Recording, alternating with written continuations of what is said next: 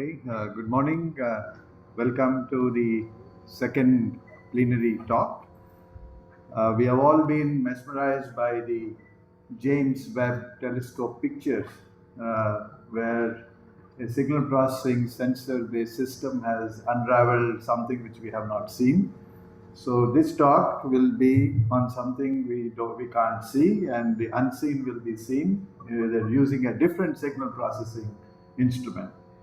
So I have the pleasure of introducing the speaker, Prof Alison Noble, Fellow of the Royal Society.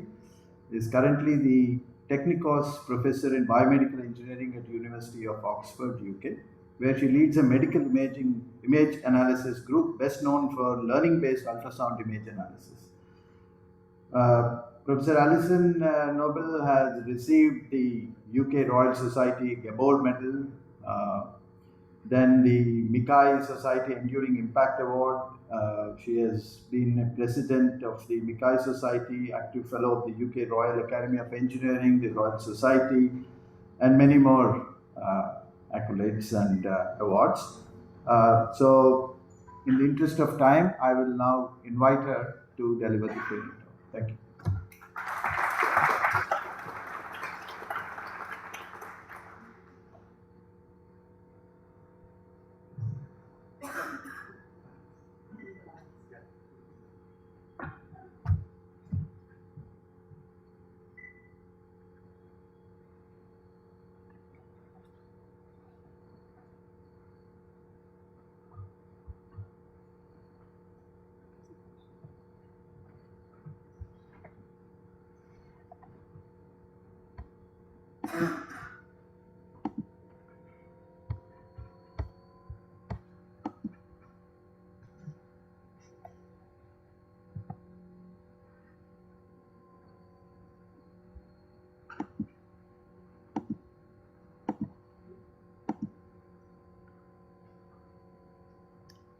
Right. Good morning, or almost good afternoon, everyone. Delighted to be here. That was quite an introduction. If you were imagining I'm going to be presenting these beautiful high-resolution images, I'm not.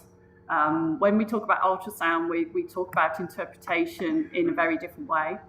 What I'm going to be talking about is learning, as in machine learning, and how we've been working in my group over a number of years to simplify ultrasound. And by simplify ultrasound, I mean make it more accessible to users.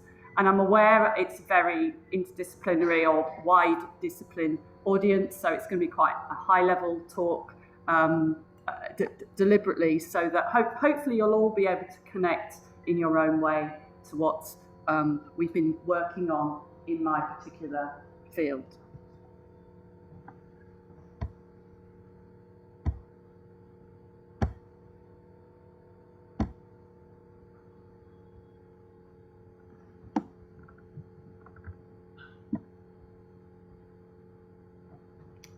Right, so what I'm going to do is start by taking a slight step back. So I work in ultrasound image analysis, and that is an area of medical image analysis. And I've given talks over the last few years that have been thinking a little bit about how the introduction of artificial intelligence. By artificial intelligence in imaging, we primarily mean deep learning-based techniques.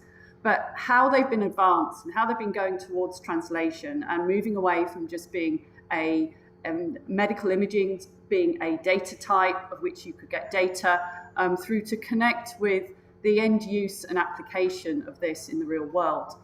And so a few years ago, I started out a workshop. I used this particular slide, which was talking about the outside world, how it was considering where medical image analysis might be going. And at that time, these are examples taken from 2017 to 19, so within about sort of 5 years maximum ago. You could see that the conversation and the excitement was about, first of all, there might be an application of deep learning within healthcare. You had the radiologists starting to get worried that all their jobs would be taken away by robots. You had wild claims of from tech investors that doctors will be obsolete in 5 years. If you note the date on that, it was 2017, so that should have already happened. But you also get some conversations about maybe it's all about not changing and replacing people. It's about how you can start to have technology that would assist people. And also, but what was certainly true, that there was a large commercial market underpinning. So that was the conversation about 5 years ago. I did this, wait, my slides are not working.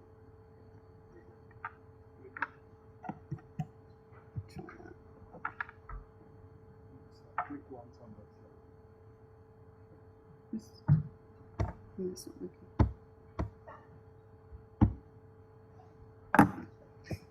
It wasn't working, it now is. So if you do the same sort of exercise now, then you see that the conversations change. You talk about, clearly the value's gone up, which is the good news is medical image analysis still seems very relevant.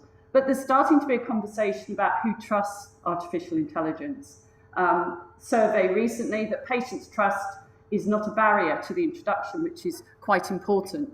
You hear all the conversations about trust all being key. So as technologies are starting to be introduced, it's no longer so much the fear, and this is allowing the computer scientists, the engineers, think about how do we show that our algorithms are trustworthy. So the trust, it needs to be clinical trust, it needs to be patient acceptability. There's a lot of interest in how you can measure reliability and explainability. There's also within the field an interest in moving away from our sister field of computer vision to come up with better ways of assessing accuracy, and don't use performance, traditional performance measures, but ones that might have some clinical meaning. And then another big area is in the area of data governance. The field is really, it depends on having access to clinical and health data. So how do we deal with the data governance? The fact that you can't just take patient data and process it, you've got to respect rules related to privacy and sharing. And in the UK, for example, there is a big push towards having trusted research environments, which are where people interested in doing analysis can go to a hospital trusted research environment and process the data and be able to do your research within an area that's deemed safe.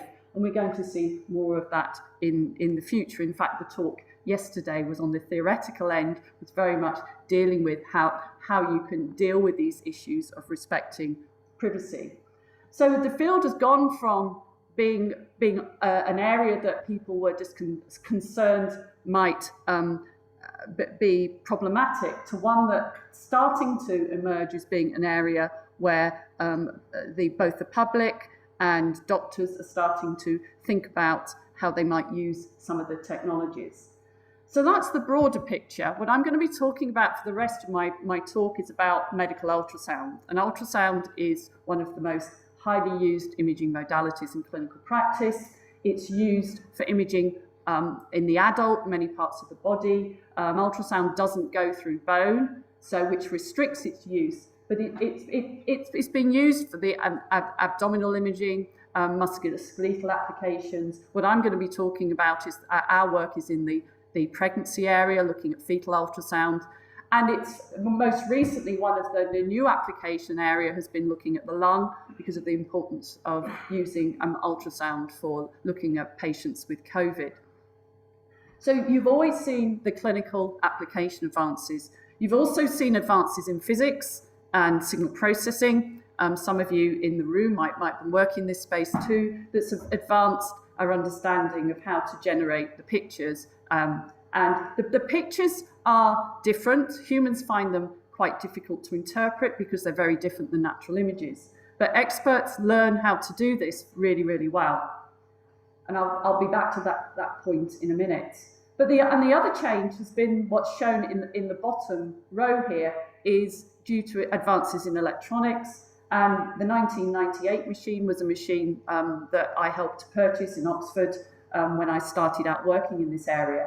And what you can see here is how the technology's changed. And it's changed partly driven by consumer electronics. You can now have handheld wireless ultrasound probes, and you have very portable devices, and that's opened up potential applications. So where is ultrasound going? I use this particular plot at the top to highlight some of the changes. You probably can't pick out the detailed words on this slide in the room today. But what it's talking about is how the user is the potential for the user to change. And it talks about moving from basically the hospital-based use of ultrasound today into some potentially new areas in hospitals, but particularly starting to get ultrasound used out in the community. And they talk about the early majority being, for example, urban primary care, moving on to the late majority over the curve to, for example, community midwives, and eventually even talks about the consumer being able to use ultrasound. And this particular report was highlighting this was partly due to changing costs, but it also depended on advances in using the deep learning and artificial intelligence to simplify ultrasound, because today it's still this technology that's used largely by people who are highly trained. And how my own group's been picking up on that point is we've been looking at developing solutions that are really aimed at two settings. One of them is today's setting of use, where people today are using ultrasound, which is, you could say it's the high-income country setting, but it really means the hospital setting. It's for existing users. It's looking at things like workflow efficiency, quality assurance, and addressing issues that challenge people working in this space, particularly to do with ergonomics. And there the challenge is, if you could measure people in the field, they would all be performing with a wide variety of skill, and that's represented by the white faces there. And what you want them all to do is to behave as high performance at every time they do a scan. And that's difficult to get humans to do and maintain their training and monitor that in the field. So the opportunity there is to get technology to assist with that. The other type of application is lower middle income primary care settings or community settings. These are for the occasional users. These are people who have not been highly trained, will be picking up the probe occasionally and using it for things like referral. They will also be using different probes. They will be using the lower cost probes. So they're very different user scenarios. And what really characterizes certainly my lab's research in this space is we try and look at the whole thing as the end user drives the type of task we look at, as how we approach the problem. We work in a very interdisciplinary way. We do not, as engineers, work on our own with data. We are working with the clinical research groups on how they can modify and produce simple protocols that could be introduced into clinical care. So it's that integrated whole is really matters in the space I work.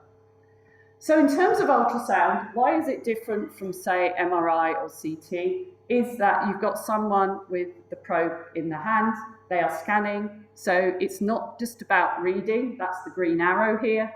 It's you're incorporating a lot more perceptions in being able to acquire data and also interpret it.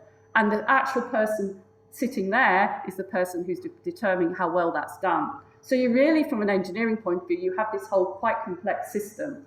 And it's quite difficult to mimic these human-like capabilities, which what we call freehand ultrasound, which is when you look and determine how you move the probe based on what you see. These are difficult things that today we really haven't mastered how we can get computers to do this. So if we just simplified that from an engineering point of view, we would break this down into simple tasks. We would talk about, in the blue box here, it's quality assurance, quantification. That's to do with reading, having captured an image. And the parallel with a lot of medical image analysis, it's that blue box where people focus on. In ultrasound, increasingly people are starting to go upstream and think about the ultrasound guidance component as well, which you can again break down into what I call probe placement, which is when you're searching around, trying to find something. Think if you have a torch, you're trying to find a target. And then when you found the target, you refine the movement, that's the adjust and refine. So you have all these aspects need to be considered. And the human, together with the visualization system, is working to do that when you do ultrasound. But ultrasound, traditional ultrasound image analysis wouldn't have all that information. It would be working with data of this kind. Many of you looking at this video will probably not even know what you're looking at. This is a fetal ultrasound scan, and what you're looking at there, a lot of the patterns you're seeing are echoes, and you're seeing the echoes of structures. So you're looking at acoustic impedance, boundaries, and the picture also depends on the relative position of the probe. The probe in this case is at the top, the probe with respect to the object. So to learn how to acquire data and interpret it is a skill, and it's very, very different than a lot of traditional medical imaging or indeed computer vision. You learn to interpret these images quite fast. My engineers coming into my lab will start out day one, all eyes open, thinking, oh my goodness, what have I let myself into? A few weeks later, they'll all be happily looking at these sorts of scans and have learned. So there is a learning curve. What you'd like it, though, that you wouldn't need to go through that learning process. So what we've done in my research is we've separated the two scenarios that I've talked about into considered solutions for this highly skilled setting. That's the freehand scanning, where you freehand scan, you capture what's called a standard plane. That's a diagnostic plane that it often is defined by some standard as to what slice you're taking through the object of interest. And traditional image analysis would then be on that standard plane. So it's on what we call the frozen image. That's one scenario. The other scenario that we've been working on over the last year is what we call the minimally trained setting, where you tell someone to move the probe in identified sweep patterns. This is a protocol we've been using for a project that we have ongoing with a group at THISTI in New Delhi. So you have this structured scanning protocol, and from that, you're then, from an image analysis point of view, you're then doing non-standard plane image and video analysis, so we process the video. So that second one is very simple to teach people. It makes the image or video analysis harder. The first one, you've got to teach the human to scan in a certain way, and then by doing that, you've simplified the image analysis. Most of the field works on this one, and a change that's now happening is that there is quite a lot of work gone into the standard plane capture, which means that in this highly skilled setting, there are now some automation tools that are coming out that are really trying to mean that you don't require as much expertise to be able to work in that space. But I'm not going to be talking about that aspect today. So one of the projects, in fact, in some sense, the reason why I'm here today, I'm not going to spend a long time on that. There's a little article there, which has got Bangalore in the corner, is I first visited this institute in 2011 with the late Professor Sanjay Biswas, who invited me here, and we were setting up a collaboration, and I had some really nice conversations with him about biomedical engineering and setting up interdisciplinary research. That was about a decade ago. And an outcome of that actually was a project that was a project called PURAC, which was with a Wellcome Trust DBT project to develop a prosthetic arm, which is now also in your innovation centre now. So there's a little link there as well. But the reason I'm mentioning it here is another link that was made via this initiative we were setting up was I was introduced to Professor Shinjini Bhatnagar, and she was involved heading a large pregnancy ultrasound study called Garbini, and we managed to get some funding for us to jointly work on how we can, partly linking up with that study, we can investigate this idea of can we come up with algorithms and scanning protocols that could be used to do risk assessment in pregnancy. And so as part of this collaboration, we started out in person, as most of you. We ended up doing a lot of our collaboration through Zoom. We've been working on coming up with standardization of protocols. This is really important so that if you have these these scanning protocols that are simplified. You need to understand what is it possible to diagnose from those scans.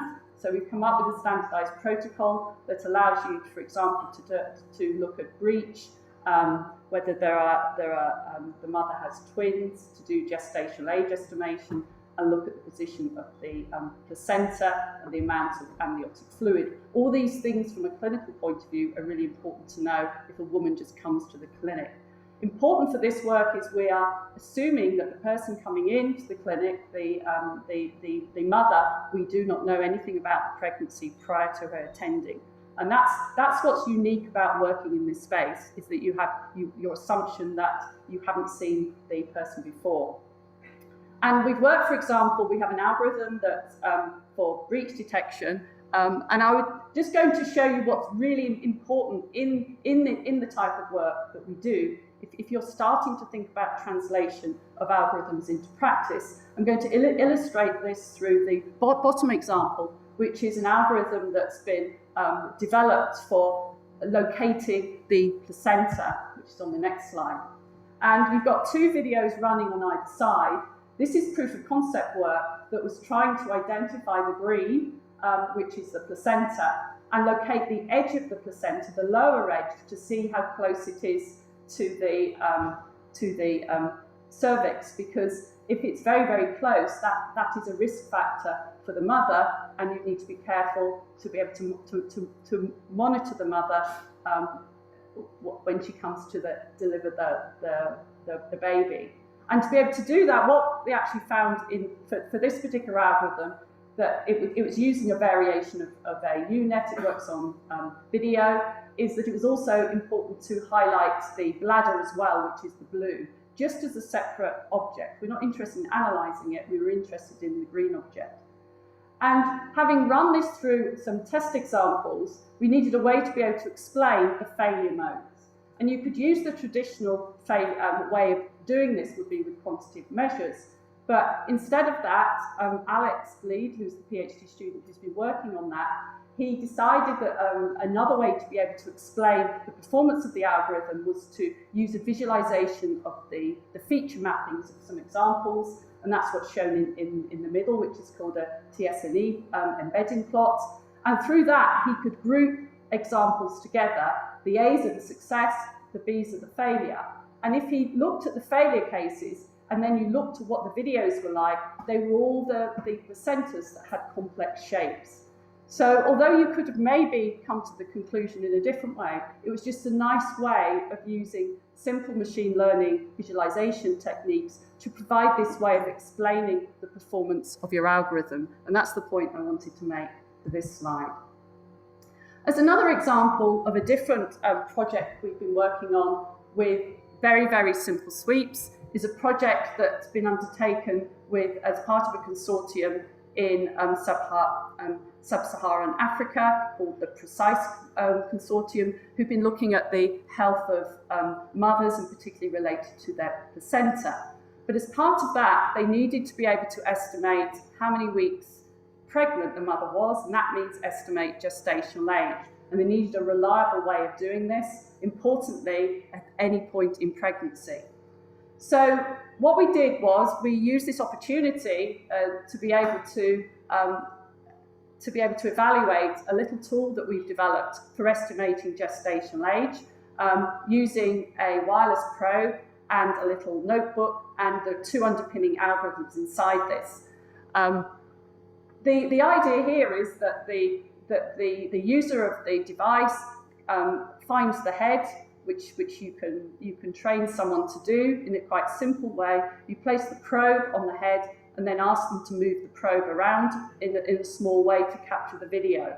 And that results in an 8-second video. And from that 8-second video, what we then first of all do is check the quality of it, to check it contains some head planes that are of high enough quality to be able to measure a certain structure, which is called the transcerebellum, and then also perform that measurement as well. So the idea was then that it could be used in, first of all, a research environment, but the idea that this was the type of technology that then could go out into the field and be used by non-experts. So just briefly, and I won't go into any details of these algorithms we developed. You can find the references on the slide. As I've just said, we have a way of doing a quality check, which checks from the video, can you estimate the head circumference, as well as what's called the TCD, which is the transcerebellum diameter.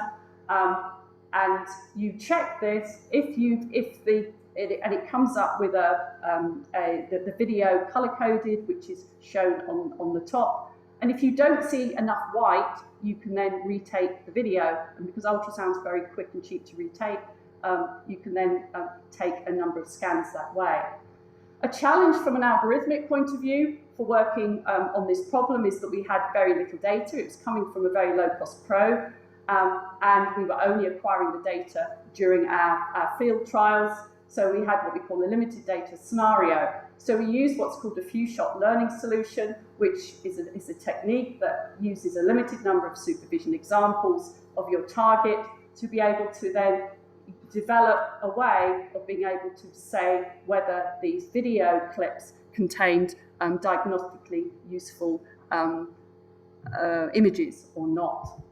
And then having done that, my students came up with a very novel way of being able to then estimate both the head circumference and also the transcerebellum diameter, which are the two measurements. Because again, we didn't have much of the low-cost data. If you try and apply machine learning to that, you're not going to get a very accurate result because the data, it doesn't have high definition. So we used what's called a dual adversarial calibration method, which coupled the images from a high-end machine, which is shown in the top row, with our low-cost probe data at the bottom, coupled the two together, and then, but by doing that, you can develop a way of being able to estimate the measurement in the low-cost image, guided by information that you have in the high-cost way. So that's the algorithms underpinning what we've developed. And what I thought the other aspect of what we were doing was working with the team to really understand if a device like this could be used in practice and would it be acceptable. And rather than me tell you what the views of this are, I've got a little video here which was developed by the team in Kenya, just describing to them how they were using our little device for some of the early study work.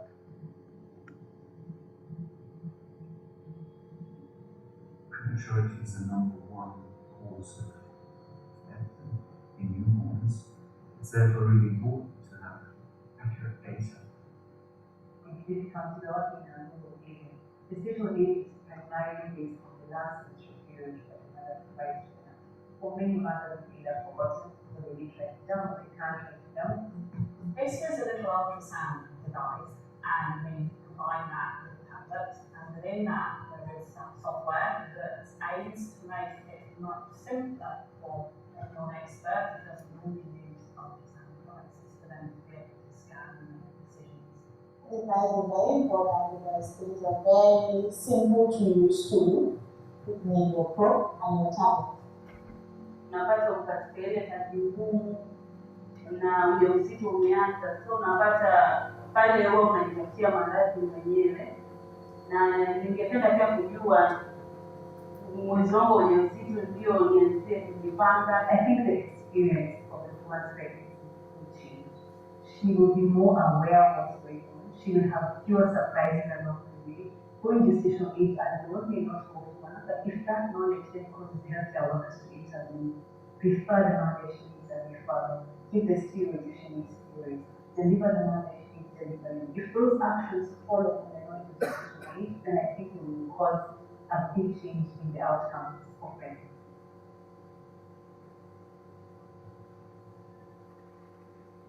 So I like to use that example just to sort of place why some imaging research can actually start to go through into clinical research and then think about the implications of that in clinical practice. particularly by identifying needs that really could have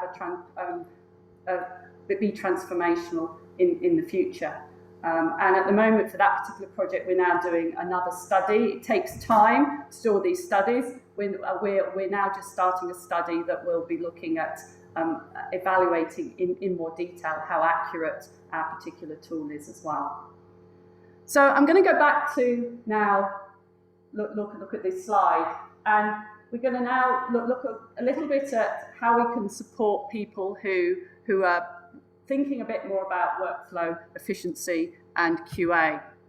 So that means going back and thinking about, if you're working with an ultrasound machine of this kind, think about this process as a whole. And as I've said right at the beginning, it's quite complex. It involves not looking at things, your visual cortex. It also involves your motor cortex as well. And the big challenge is that, and the frustration is that if you only provide ultrasound video, that's a very what we call limited world. It's a very small amount of information that's trying to capture. It's very compressed relative to what's going on. So I had the idea that really this wasn't very fair. If we would never get as good as a human if we only build algorithms that work with that data. And we should be thinking about measuring the whole system that you see in that schematic. And that led to a project that we've developed that is really trying to look at the questions such as, why is ultrasound difficult to master? And also think about skill assessment as well as then think about how we can develop assistive technologies. And it starts by saying, well, if you're going to really build a solution that looks at this as a whole, you've got to measure it. And it's not a new idea, it goes back centuries, but if you can't measure something, you certainly can't improve it. So let's go back and measure it. And by measuring it, what do I mean? What I mean is that we've set up gathering some data in a clinic where we record the ultrasound video, we have an eye tracker that records where the ultrasound sonographers, the people scanning, look. We have a motion sensor on the probe, so we have measurements of how the probe has been moved. And also we have a microphone, and we ask the operator to speak aloud as they're scanning. And the whole point here is to try and think about the perceptions, to get inside the sonographer and measure things on them. We're not quite measuring everything, but we do measure. There's a lot more information contained in how scanning's happening. And of course, it's expert scanning. So then we were interested in how can you use this data set, which is recording experts and possibly people in training as well. How can we use that to understand why sonography is hard and also build assistive technologies?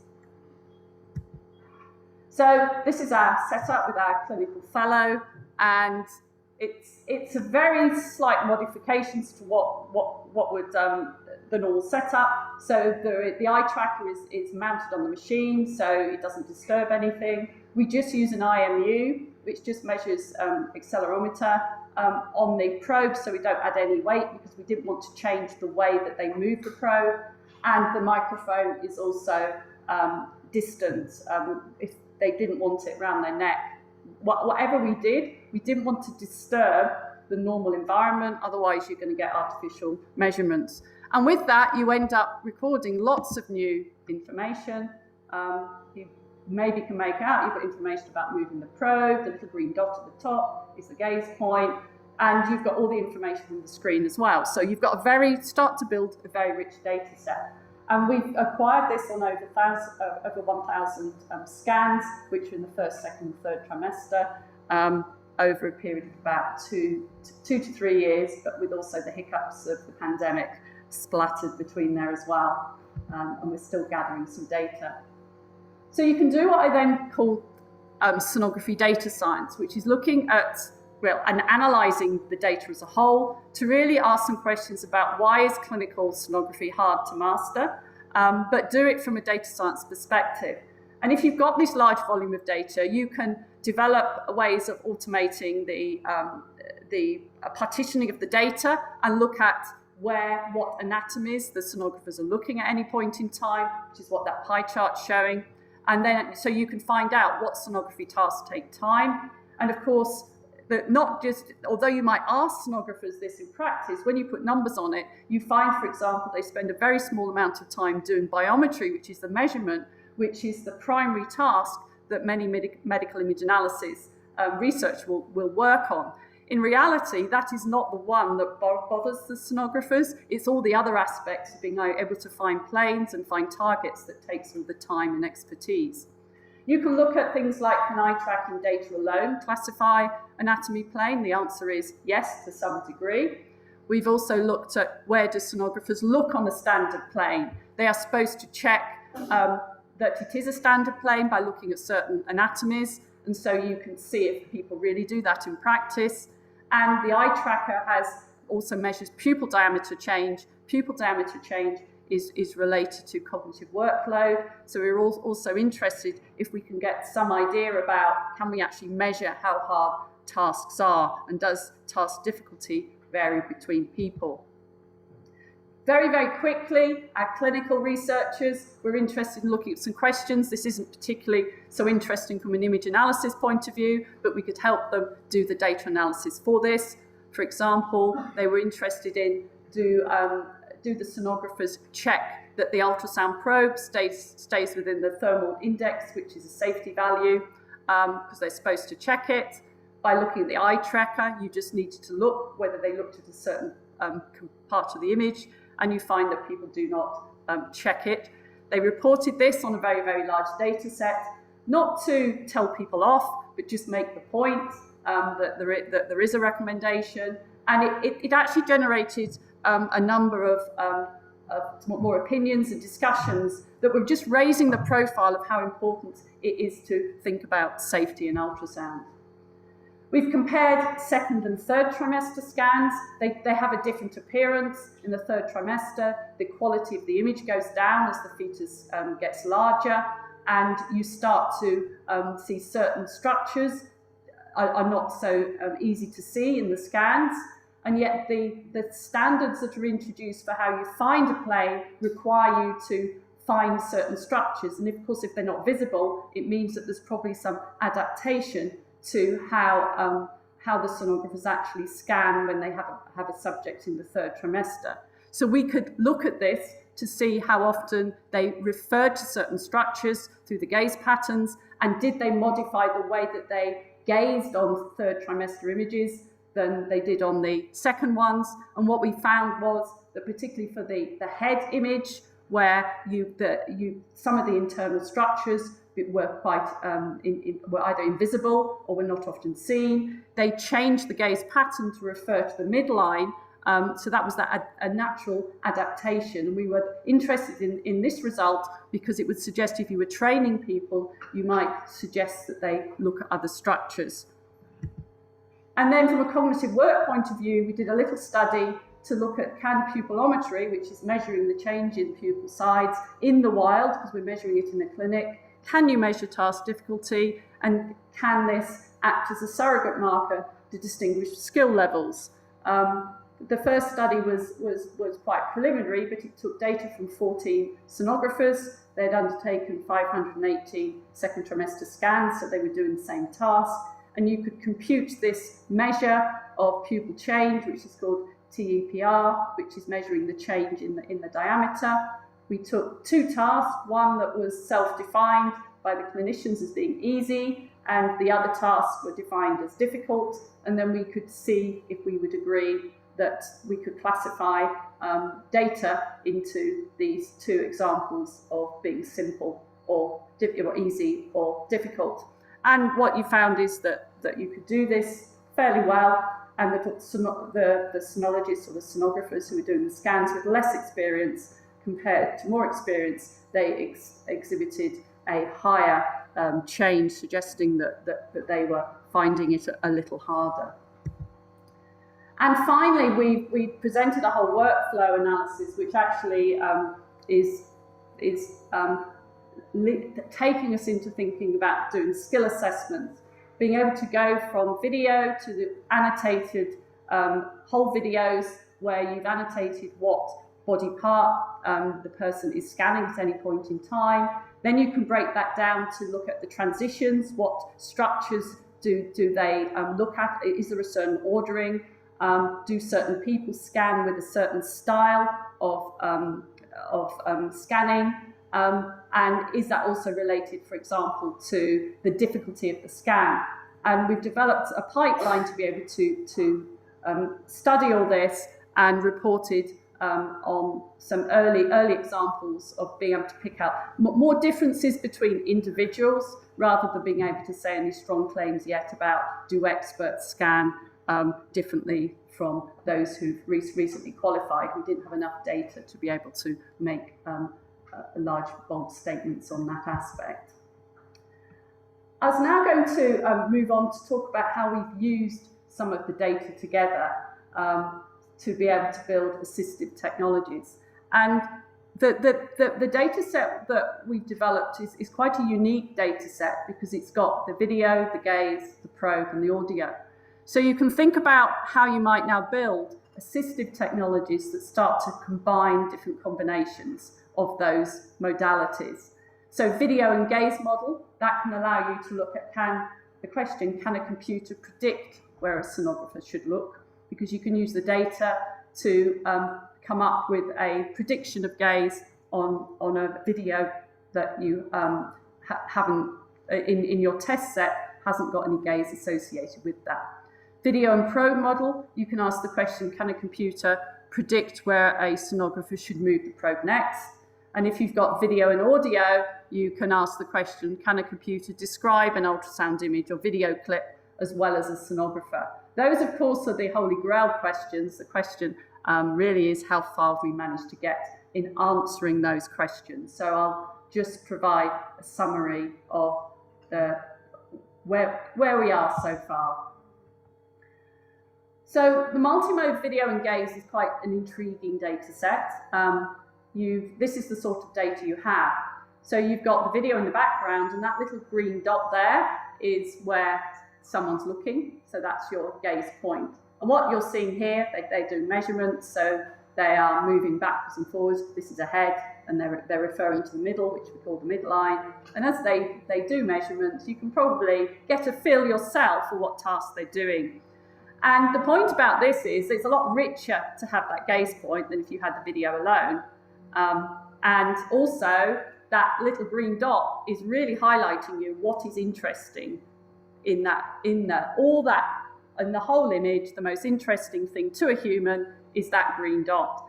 And that's really the power of it. If you like, it's a form of annotation, but it's the natural annotation that's gone from recording the task. And besides, personally, I could stare at this all day. I find it quite intriguing. And also even thinking about, if you look at some of our other videos, without knowing what they're doing, you know what they're doing just by seeing a gaze point. So to me, that's really an intriguing sort of summary of the whole task comes through having the gaze point. And it's quite underutilized in image and video analysis as well. Right. This is where it's got.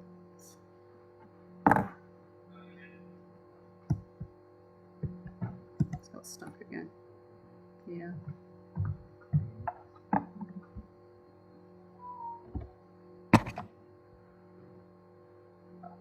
Oh, that's not a good one.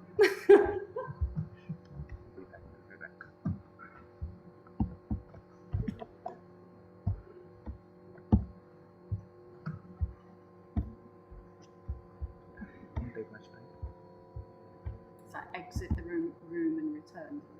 No.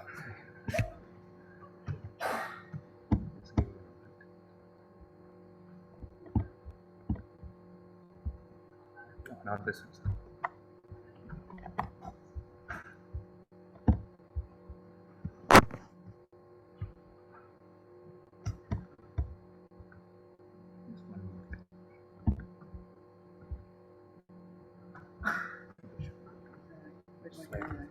Keep going.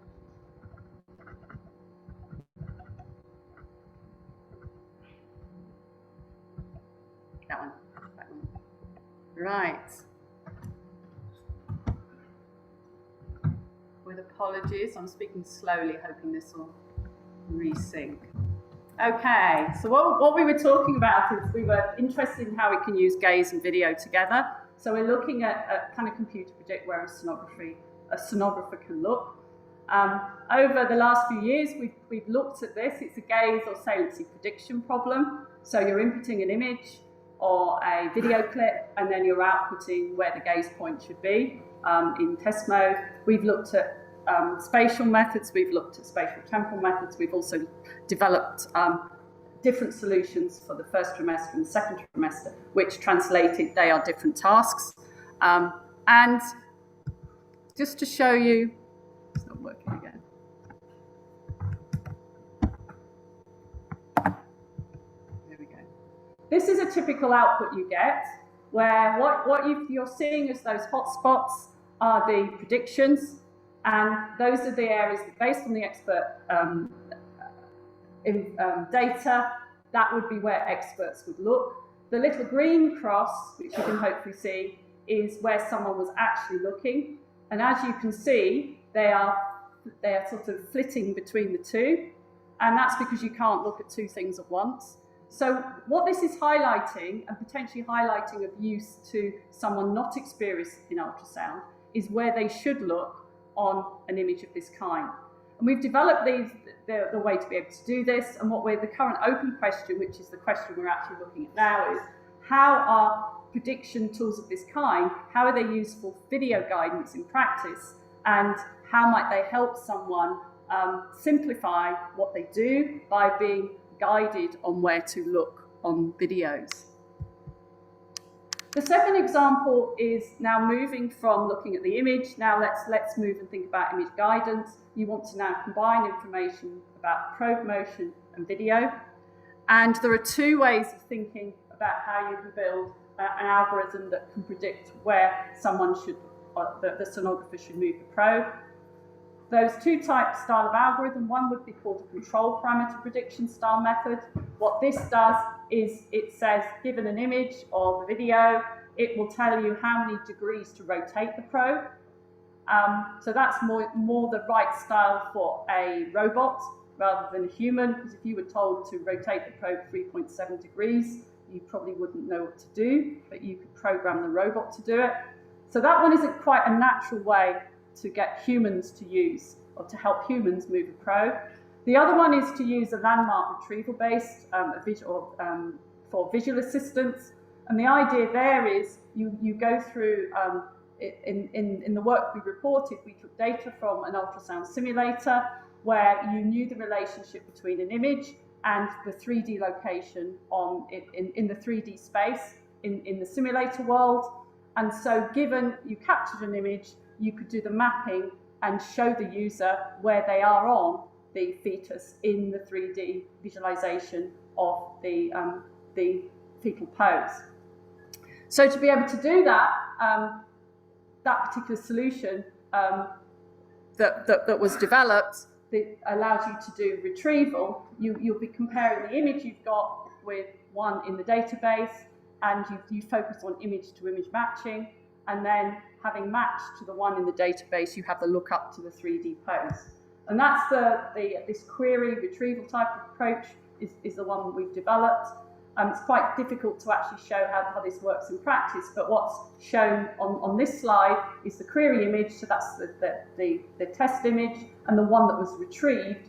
And even if you don't know what ultrasound looks like, you can see that the patterns are quite similar, and if those patterns are quite similar, you're likely to be coming from the same approximate angle in ultrasound, and numerically on the bottom, the particular method turns out to be more accurate in terms of retrieval than other competing types of design. And most recently, we've got a paper that will be formally presented at MICI this year that's now combining video, probe and gaze. And why for me this is exciting is this is really the first attempt of being able to link all the human action, I call it, of you have your gaze that tells you how to move the probe and correspondingly acquire the video. So what we do here, and this is my postdoc's work, is use the relation between an image and the gaze point and the probe from your training data, you can then learn that the representation that connects the three, and that allows you then to be able to form a prediction.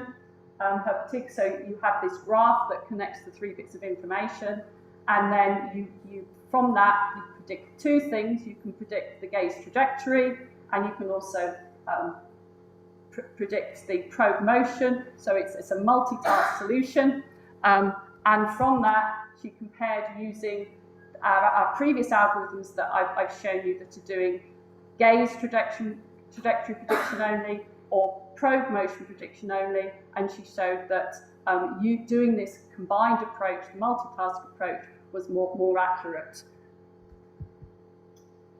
The final example I was going to touch on is how we've looked at combining or using the video and audio, and specifically looking at a really hard question in ultrasound, which is, can a computer describe an ultrasound image or video clip as well as a sonographer?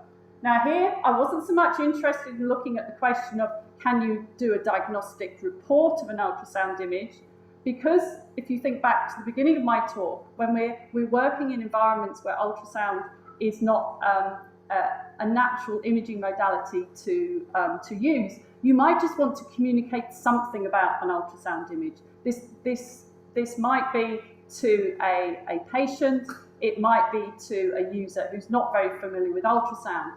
And so what we were interested in is just generating a viable description of an ultrasound as a way of communicating something about the ultrasound data, rather than, as I say, to automate diagnosis, which is what people have looked at otherwise. So how do we go about doing that? Well, we have an image caption and video and caption pairs.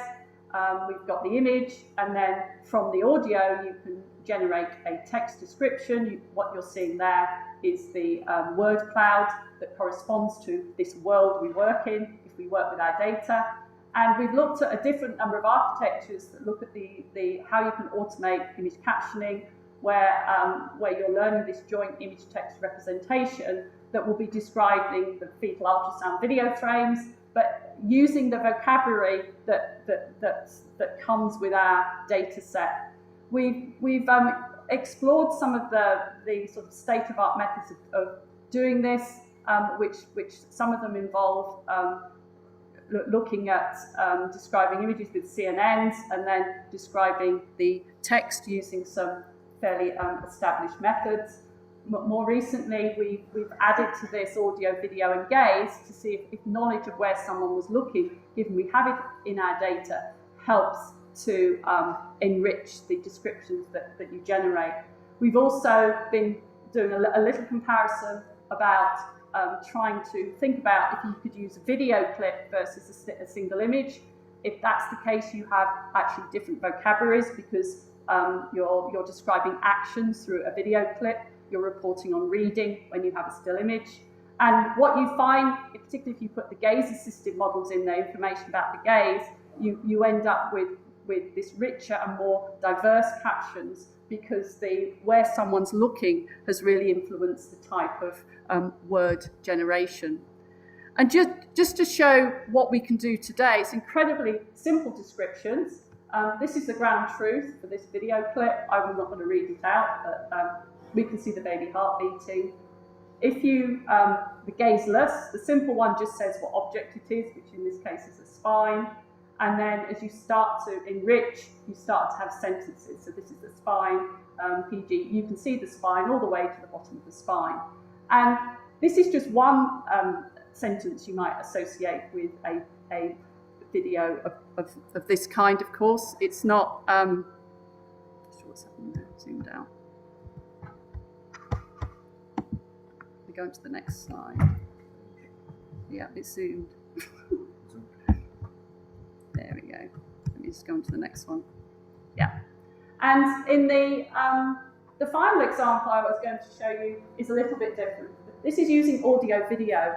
But here what we've done is we've been inspired by computer vision, audio visual representation learning work, where we've taken the audio and the video and from that generated where we think someone's looked.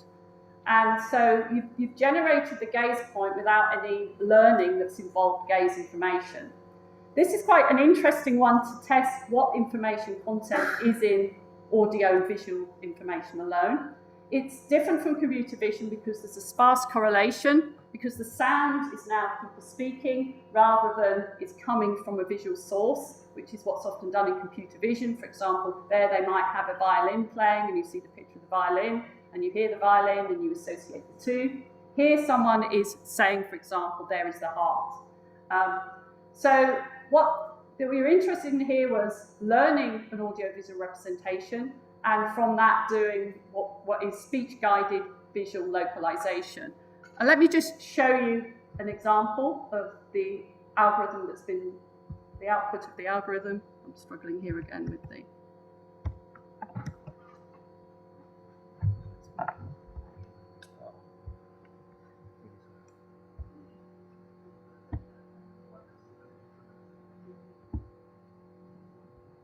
This is the last slide when it comes. Second to last one.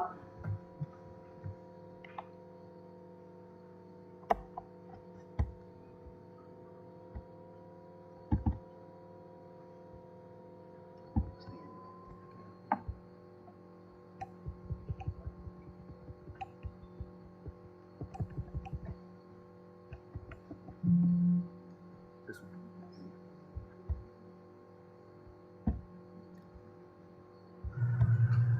So what you're seeing here, hopefully, is you've got the real eye gaze. Oh, it's showing. It's not. That's interesting mapping. I've probably challenged your audio visual. That's not playing. Oh, that wouldn't play now. Seems like it was playing. All right. Is it too big to handle? Okay, I'll have to skip over that one. But what you use as an example, it's a shame I can't show you, but you've got the real gaze because we have that information. But the one generated here is the one where you use the audio and video to generate the heat map here.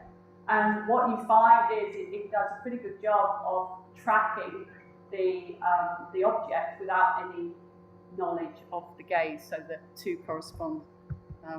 Now it's totally stuck.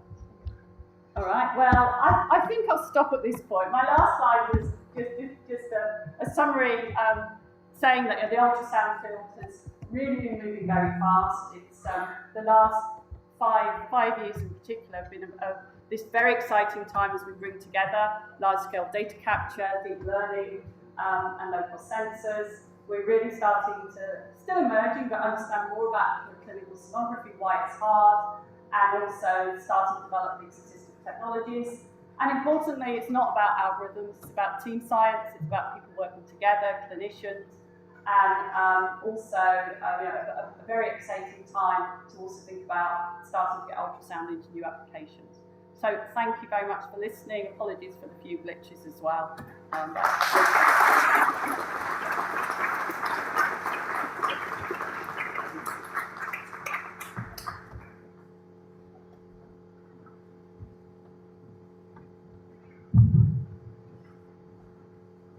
We have time for a few questions before the next industry talk.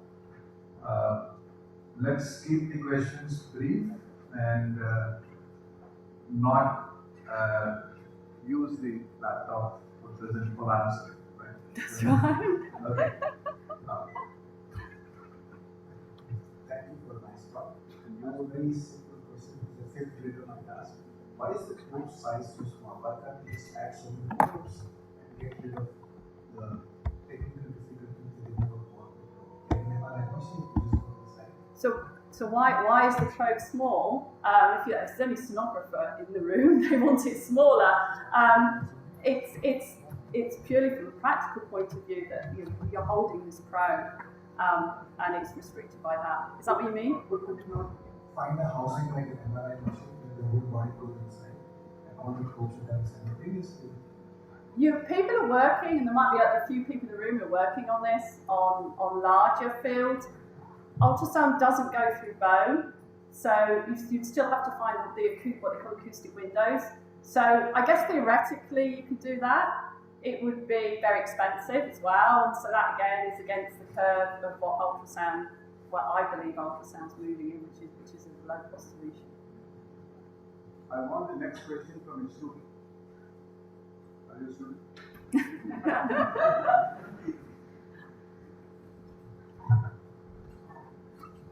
I was really intrigued by your talk. So I'm actually working on a project that is tracking the median level. I was intrigued by the part where you mentioned your landmarking different regions, right, using ultrasound. So, can it be generalized to any task, as in my setting of tracking the median level? Because I feel landmarking would be very very. Do you mean with gaze? Sorry? Do you mean with get the landmarking with the gaze point? Right. Yeah, if you've got you need to have a task that's repeatable, because if everybody's gaze went everywhere, you estimate a blur of everything. Oh, so if you've got a task where it's repeatable, then what you'll be learning is sort of the average. Right. Let me rephrase the question. Maybe the main region where I feel a landmark would be helpful. Would be because the depth of the median level changes and the appearance changes. So if I actually know, if the model knows where it's looking, which landmark, maybe I can apply a different model, right? To something, I can try some different methods for that particular region. So the model should be able to know where it is looking, a landmark. Yes. So how would I be, how to go about that? Maybe we can chat Sure. chat later about that. I'm happy to chat about that. Now we can come back to the question from the student. Hello ma'am, very nice talk, and I was very intrigued by your idea of using the high-end data from the developed countries and getting it, using that to actually get the unskilled performance countries, basically. So the idea, but I have a slight doubt, like the demographical difference between various people around the world, like in a developed country and non-developed country. So, will this methodology adapt, and if yes, how well does it adapt to that? Well, that's a very general question. So the answer is it will depend on the application and how accurately you need to know an answer. So I actually can't answer that specifically. In the work we've done, we haven't identified a problem with that, but I think those are the sorts of questions when you do translation you'd have to think about. You'd first of all test on your new population and see if the model deviated in its performance. But I don't think there is a reason to say no, it can't work. I think it's that would be the wrong approach. And then you would think about tuning it. Thank you for the fascinating talk. My question is also regarding the case. Yeah. So there, when we talk about the inter-radiologist agreement, when they come to the final conclusion, we see a lot of disparity based on a lot of confounders available. So when we are talking about not just the final conclusion, but the case of how they are coming to that conclusion, do you anticipate a lot of have you found a lot of heterogeneity over there based on maybe the healthcare system they were trained on, maybe their level of experience, etc. And then how do you counter that? We haven't looked at that variation between healthcare systems. Within the data we've acquired is in Oxford, so it's in one clinic. It has had people who are, but they count less than 2 years as being people who are sort of training or under observation. It's more a personal gaze pattern, but if they've got a task, they have a task of checking a plane, they have to look, they're told to look at certain structures, so they should all be doing the same thing. So there would be a difference between the general gaze, but the work we're doing a bit, the general will pick up, like, if half the people look in one place and half look at the other, you will see both, and the predictions will factor in some people look there. So I'm not sure if that's really answered your question, but people are trained to look at certain places. And so you would use gaze for that purpose rather than general. Thank you. Final two questions. I'll go with then I'll come. Nice talk. So I have one question. So you looked at ultrasound in the context of pregnancy, right? So how does this translate to something like intravascular ultrasound and high frequency based ultrasound imaging, where the data is different? Will these algorithms be easily translatable, or do you need to do a lot of modifications?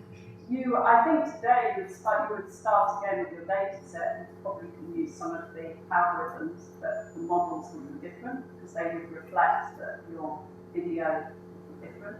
And then if you're using gaze, that might be quite interesting. You also have to reflect what the gaze is telling you.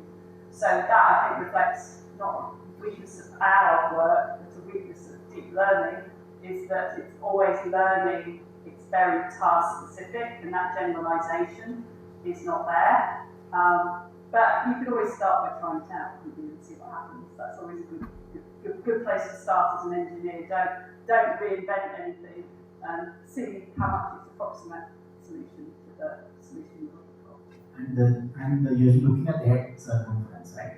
So can you use some other measure to understand the gestation age? Yeah, in fact, I don't. Well, we have some other work that's doing gestation age on the image on its own. So relaxing the fact you have to, for those who don't work in the area, it requires you to fit in your lips or do geometry. So you can do gestational age based on using the image alone, which is quite an exciting idea. There's a couple of papers that have been published by the groups on that, and we're about to hopefully publish our own version of that too. Hello. My question is from the perspective of assistive speech technologies. It has been observed in the studies that the first sensory mechanism which is active after conception is hearing mechanism, and there have been some studies for giving the sound stimuli to the fetus in the mother's womb, and there are some reactions or the response from the fetus, and then there is one more recent study that after 4 days of the birth, the newborns distinguish with two languages, two distinct different languages. So my question was, like from the your excellent work on ultrasound, is there any work related to assistive speech technologies with respect to the assistive technology that you are looking at from the sound and music perspective? I'm not aware of it. That sounds really interesting. I'm not aware of that. Thank you very much. Thank you. Okay. In the interest of time, we are unable to take more questions. We would like to thank Professor Alison to have come here. This is her 6th visit to IISc, and I hope that this will trigger future new collaborations. And I encourage all of you to interact with her during lunch and after this talk, and hopefully we will all do well together something. So there's a token of appreciation.